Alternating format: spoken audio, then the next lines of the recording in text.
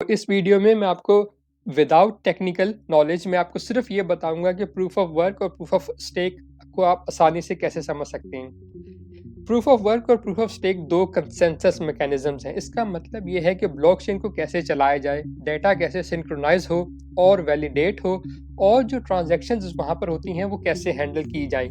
ठीक है, ये यानी एक ही काम है लेकिन इसको करने के दो अलग अलग तरीके हैं। प्रूफ ऑफ वर्क से भी ये सब काम किया जा सकता है और प्रूफ ऑफ स्टेक से भी ये सब काम किया जा सकता है। जब ब्लॉकचेन टेक्नोलॉजी स्टार्ट हुई थी आज से 10 12 13 साल पहले जब भी, तो उस वक्त सिर्फ प्रूफ ऑफ वर्क ही चलता था।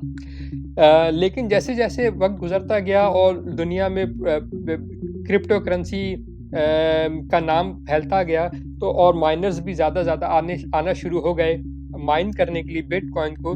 तो उससे कुछ प्रॉब्लम्स भी आने शुरू हुए और उसमें जो सबसे बड़ा प्रॉब्लम ये था कि बिटकॉइन को माइन करने के लिए बहुत ही ज़्यादा इलेक्ट्रिसिटी की ज़रूरत होती है। इस वक्त हम जानते हैं कि दुनिया में काफ़ी सारे क्राइसिस चल रहे हैं, जैसे पेट्रोल की प्राइस, डीजल की प्राइस, इलेक्ट्रिसिटी गैस की प्राइस, और जो दुनिया में ओवरऑल महंगाई, चीज़ों की कीमतें ऊपर जा रही हैं, तो इसी तरह से बिजली की कीमत भी ऊपर जा रही है।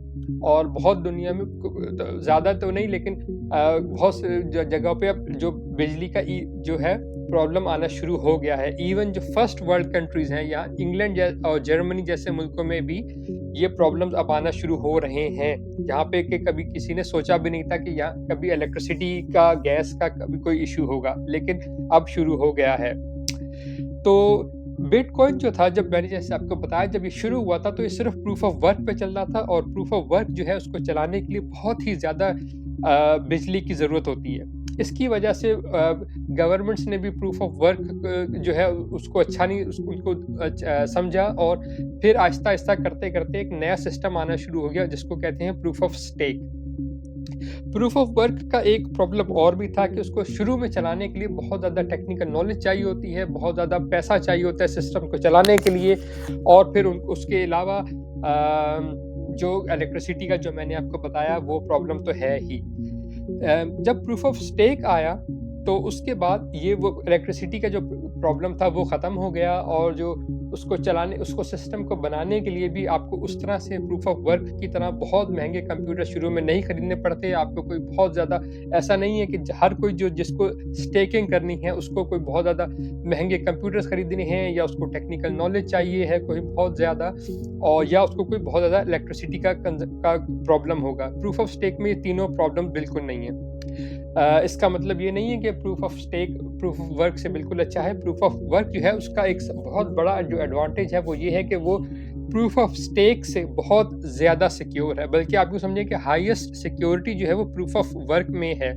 इसीलिए बिटकॉइन को हैक करना तकरीबन नामुमकिन है, और प्रूफ ऑफ स्टेक को भी हैक करना आसान नहीं है, लेकिन दोनों को अगर आप साथ-साथ रखेंगे तो अगर आप ये सोचेंगे कि कौन-सा ज़्यादा सिक्योर है, तो वो प्रूफ ऑफ वर्क है।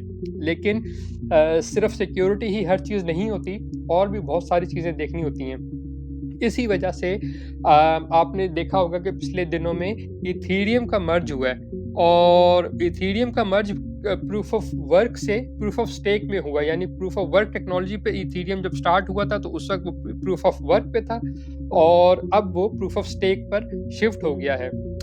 ठीक है? और उसकी वजह मैंने आपको बता दी, जैसे कि उसकी एक सबसे बड़ी वजह ये वही थी कि इलेक्ट्रिसिटी कंज़म्पशन उसका बहुत बड़ा इश्यू था। ये बिटकॉइन का प्रॉब्लम भी है, लेकिन अभी हमें नहीं पता कि वो बिटकॉइन को प्रूफ ऑफ वर्क से प्रूफ ऑफ स्टेक पे ट्रांसफ़र करेंगे या नहीं करेंगे, क्योंकि हर चीज़ की तरह प्रूफ ऑफ वर्क के भी को भी अच्छा कहने वाले लोग हैं, और प्रूफ ऑफ स्टेक को भी अच्छा और बुरा कहने वाले लोग हैं।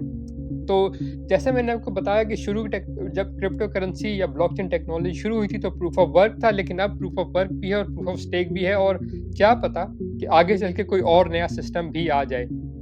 लेकिन मुझे जो इस वीडियो में मुझे आपको जो समझाना था, जो बताना था कि ये इन चीज़ों के बारे में कि ये 2 अलग-अलग मैकेनिज़्म्स हैं, लेकिन एक ही काम करते हैं। जैसा मैंने आपको कहा कि डेटा की सिंक्रोनाइज़ेशन, डेटा की वैलिडेशन और डेटा ट्रांज़ैक्शंस की जो हैंडलिंग है वो सब कैसे होगी, उनका प्रोसेसेस और प्रोसीजर्स क्या होंगे। ये बुनियादी फ़र्क है, ये बेसिक फ़र्क है दोनों के अंदर। मुझे उम्मीद है कि आपको समझ में आ गई होगी। अगर मैं आपको उसको एक दफ़ा क्विकली समराइज़ कर दूँ तो यही है कि प्रूफ ऑफ वर्क जो है वो आप यूँ कह सकते हैं कि पुरानी टेक्नोलॉजी है, प्रूफ ऑफ स्टेक नई टेक्नोलॉजी है और हो सकता है आगे चल के कोई तीसरी टेक्नोलॉजी भी आ जाए। प्रूफ ऑफ वर्क इलेक्ट्रिसिटी बहुत ज़्यादा माँगता है लेकिन उसकी सिक्योरिटी बहुत ज़्यादा होती है और प्रूफ ऑफ वर्क को शुरू में चलाने के लिए आपको पैसा और नॉलेज दोनों बहुत ज़्यादा चाहिए होते हैं और प्रूफ ऑफ स्टेक के लिए आपको इन चीज़ों की ज़रूरत नहीं होती है क्योंकि आप कोई भी स्टेकिंग कर सकता है। यानी अगर आप अपना सिस्टम स्टेकिंग के लिए लगाएँगे तब तो आपको टेक्निकल नॉलेज और सिस्टम्स वगैरह सब कुछ चाहिए होगा, पैसा भी चाहिए होगा लेकिन प्रूफ ऑफ स्टेक आप खुद अपना सिस्टम बनाने के बजाय आप कहीं भी किसी भी बड़ी दुनिया में एक्सचेंज के साथ बाइनेंस है, कुकॉइन है, बायबिट है, किसी भी एक्सचेंज के साथ और बहुत सारी दूसरी एक्सचेंजेस के साथ आप स्टेकिंग कर सकते हैं। उनके सिस्टम बने हुए हैं, आप सिर्फ़ अपना कॉइन सेलेक्ट करते हैं जिसको आपने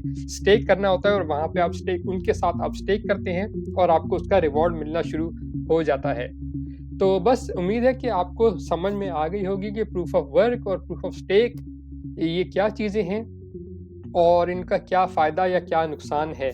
इस वीडियो को बस अब मैं यहीं ख़त्म करता हूँ। उम्मीद है आपको बात समझ में आ गई होगी और वीडियो पसंद आई होगी। अगर आपका कोई क्वेश्चन है तो कमेंट में पूछ सकें और अगर वीडियो आपको बेहतर लगी है, ठीक लगी है तो लाइक और चैनल को सब्सक्राइब कर दीजिए।